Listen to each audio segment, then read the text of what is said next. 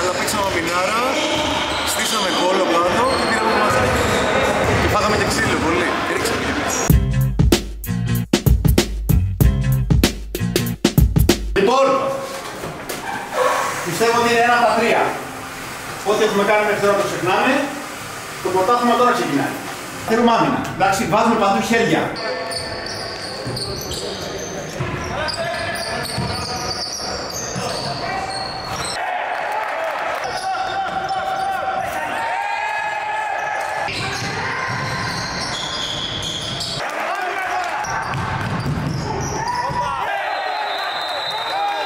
Αυτό που έκανες είδες, συνέχεια ρε φίλε.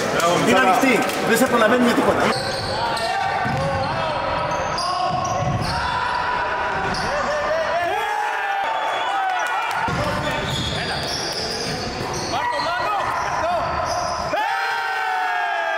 Όχι, θα τους σκοτώσω όλους. 1, 2, 3.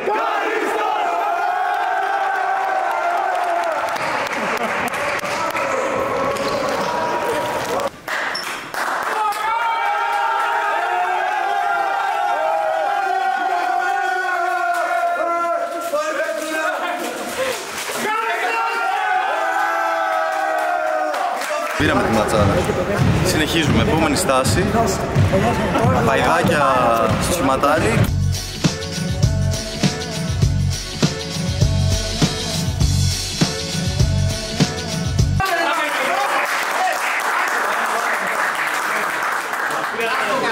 Δεν είναι ψυχολογία αυτή που έχουμε. Δεν είναι ψυχολογία αυτή που έχουμε.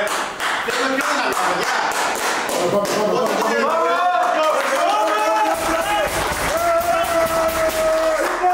Όλοι είσαστε αμυντικοί καλοί. Ποιος θέλει στην άμυνα? Ποιος θέλει? Το Σαντονίκο που είναι λίγο πιο αργός.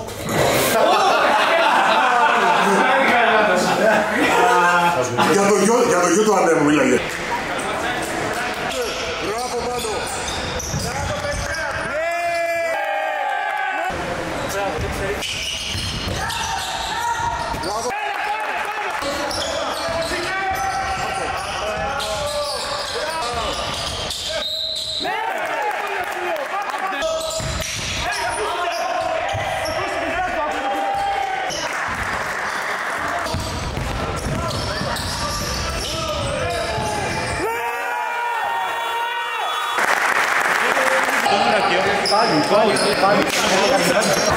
Πάμε!